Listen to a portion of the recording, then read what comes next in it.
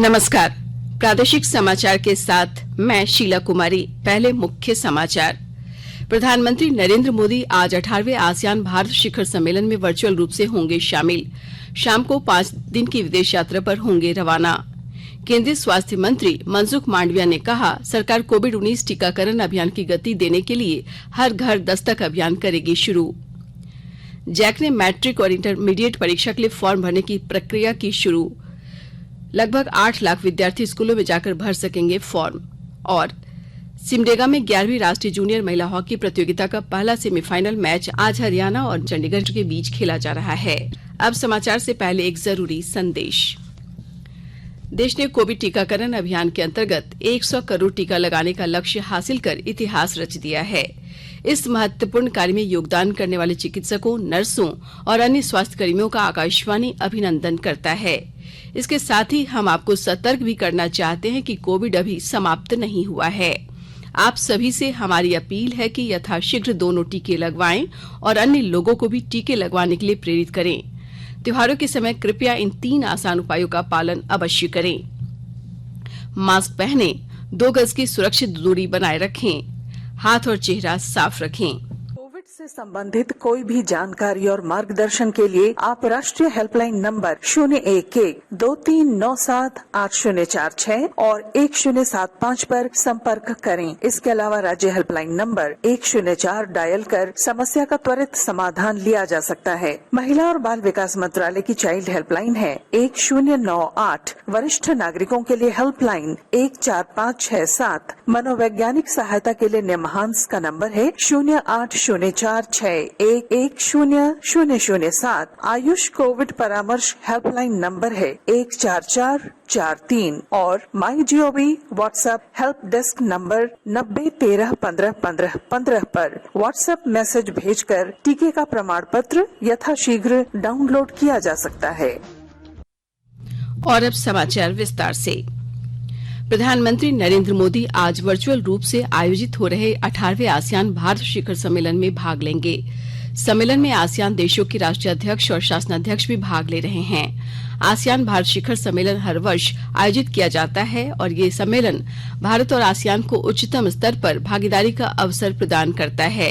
ये 9वां आसियान भारत शिखर सम्मेलन है जिसमें श्री मोदी भाग लेंगे। इस शिखर सम्मेलन में आसियान भारत की सामरिक साझेदारी की समीक्षा की जाएगी। साथ ही कोविड महामारी और स्वास्थ्य, व्यापार और वाणिज्य, संपर्क और शिक्षा तथा संस्कृति जैसे प्रमुख क्षेत्रों में हुई प्रगति की भी समीक्षा की जाएगी। प्रधानमंत्री नरेंद्र मोदी 20 शिखर सम्मेलन और विश्व नेताओं के 26वें अंतर्राष्ट्रीय जलवायु शिखर सम्मेलन में भाग लेने के लिए आज रात इटली और ब्रिटेन की 5 दिन की यात्रा पर रवाना होंगे। श्री मोदी रोम में 30 से 31 अक्टूबर तक G20 शिखर सम्मेलन में शामिल होंगे।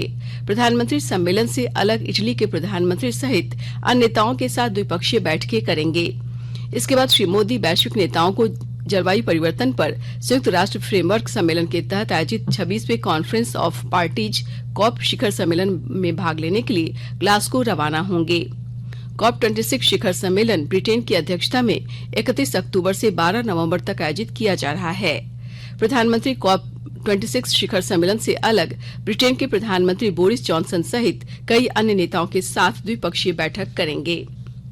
रक्षा मंत्री राजनाथ सिंह ने कहा है कि सरकार युद्धक क्षमता बढ़ाने और सैनिकों का कल्याण सुनिश्चित करने पर ध्यान केंद्रित कर रही है। उन्होंने कहा कि क्षमता विकास और सेना की अन्य आवश्यकताओं को पूरा करने के लिए बजट की कोई बाधा नहीं है। केंद्रीय स्वास्थ्य मंत्री मनसुख मांडविया ने बताया कि सरकार कोविड-19 टीकाकरण अभियान को गति देने के उद्देश्य से एक विशाल टीकाकरण अभियान हर घर दस्तक शुरू कर रही है।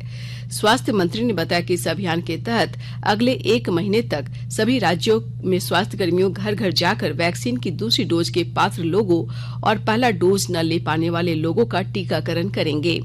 उन्होंने ये भी बताया कि देश में ऐसे 48 जिलों का पता लगाया गया है जहां आधे से भी कम पात्र लोगों ने टीके की पहली डोज ली है।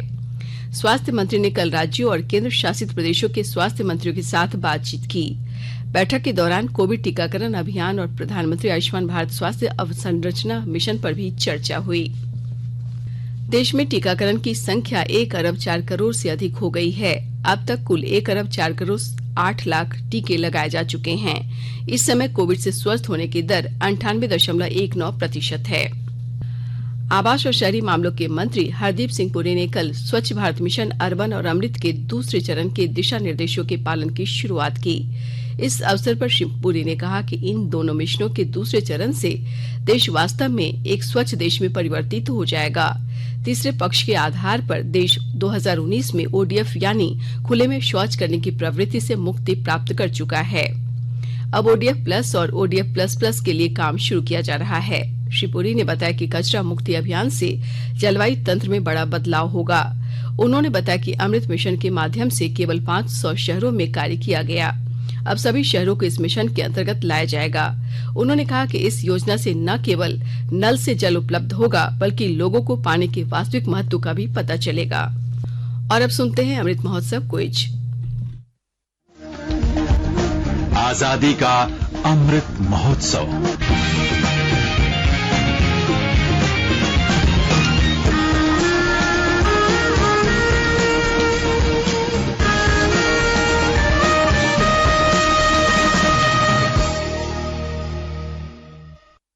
देश के 75वें स्वाधीनता दिवस समारोह के उपलक्ष्य में आजादी का अमृत महोत्सव के अंतर्गत प्रादेशिक समाचार एकांश आकाशवाणी रांची स्वाधीनता संग्राम और उसके गौरवशाली इतिहास पर साप्ताहिक विशेष प्रश्नोत्तरी का आयोजन कर रहा है। ये क्विज 15 अगस्त 2022 तक प्रत्येक बुधवार शाम 7 बजे प्रसारित होने वाले प्रादेशिक समाचार में शामिल होगा। सेंट्रल कोलफील्ड्स लिमिटेड और mission blue foundation Amrit Mahotsav quiz में आकाशवाणी समाचार रांची के साथ सहयोगी के रूप में शामिल है। कल का प्रश्न था, स्वतंत्रता संग्राम में अंग्रेजों के खिलाफ सन 1855 में संथाल विद्रोह की शुरुआत मूलतः झारखंड के किस क्षेत्र से हुई थी? प्रश्न एक बार फिर सुन लें। स्वतंत्रता संग्राम में अंग्रेजों के खिलाफ सन 1855 में संथाल विद्रोह की शुरुआत मूलतः झारखंड के किस क्षेत्र से हुई थी? श्रोता अपने उत्तर ईमेल के माध्यम से RNUAIR रांची amrit@gmail.com पर आज शाम 5 बजे तक भेज सकते हैं। आप जवाब के साथ अपना नाम, पता, फोटो और फोन नंबर भी भेजें ताकि लकी विजेता बनने पर आपका ई प्रमाण पत्र और पुरस्कार आप तक पहुंचाया जा सके। विजेता की घोषणा आज शाम 7 बजे प्रसारित होने वाले प्रादेशिक समाचार में की जाएगी। आकाशवाणी के ताजा तरीन समाचारों के लिए आप हमारी वेबसाइट newsonair.com पर लॉग ऑन कर सकते हैं। ताजा समाचार Twitter handle @AIR news alerts और Facebook page All India Radio news पर भी उपलब्ध है। आप प्रादेशिक समाचार एकांश के Twitter handle @AIR news Ranchi और फेसबुक, इंस्टाग्राम पेज तथा YouTube channel AIR news Ranchi पर भी हमारे बुलेटिन सुन सकते हैं। प्रादेशिक समाचार आप आकाशवाणी रांची से सुन रहे हैं और अब पेश है कोरोना से बचाव के कुछ संदेश।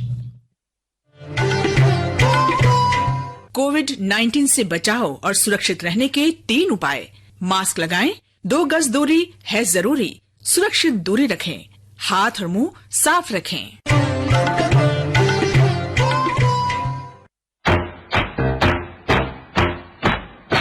चलो मिलकर एक शुरुआत करें, चलो एक फैसला आज करें, मास्क नहीं तो टोकेंगे, कोरोना को रोकेंगे, चलो एक इरादा करते हैं, चलो एक इरादा करते हैं, मास्क नहीं तो टोकेंगे, कोरोना को रोकेंगे। भारत सरकार द्वारा जनहित में जारी। प्रादेशिक समाचार में आपका फिर से स्वागत है। झारखंड एकेडमिक काउंसिल जैक ने मैट्रिक और इंटरमीडिएट परीक्षा के लिए फॉर्म भरने की प्रक्रिया कल से शुरू कर दी है। 13 नवंबर तक लगभग 8 लाख विद्यार्थी ऑनलाइन फॉर्म भर सकते हैं। विलंब शुल्क के साथ छात्र 14 से 18 नवंबर तक फॉर्म जमा कर सकेंगे। इसी तरह चालान के माध्यम से परीक्षा शुल्क 17 नवंबर तक जमा किया जा सकता है। इस दौरान सभी विद्यार्थियों को फॉर्म भरने के लिए स्कूल आना होगा। जैक की ओर से सभी स्कूल के प्राचार्य को लॉगिन आईडी और पासवर्ड दिया गया है। यहाँ उनके स्कूल के सभी छात्रों का ब्यौरा भी है। यहाँ उन्हें केवल स्टूडेंट्स को सिलेक्ट करके सबमिट करना है। इतना करने के बाद फॉर्म भरा जाएगा। जैक की ओर से मैट्रिक परीक्षा 2022 2 चरण में ली जाएगी। पहली परीक्षा दिसंबर 2021 में, जबकि दूसरी परीक्षा अप्रैल में ली जाएगी। रांची जिला में संविदा पर मनरेगा के तहत विभिन्न पदों पर नियुक्ति को लेकर 30 अक्टूबर तक को होने वाली परीक्षा अपरिहार्य कारणों से स्थगित कर दी गई है, जबकि ग्राम रोजगार सेवक के चयन से संबंधित कार्यक्रम पूर्व की तरह ही निर्धारित है।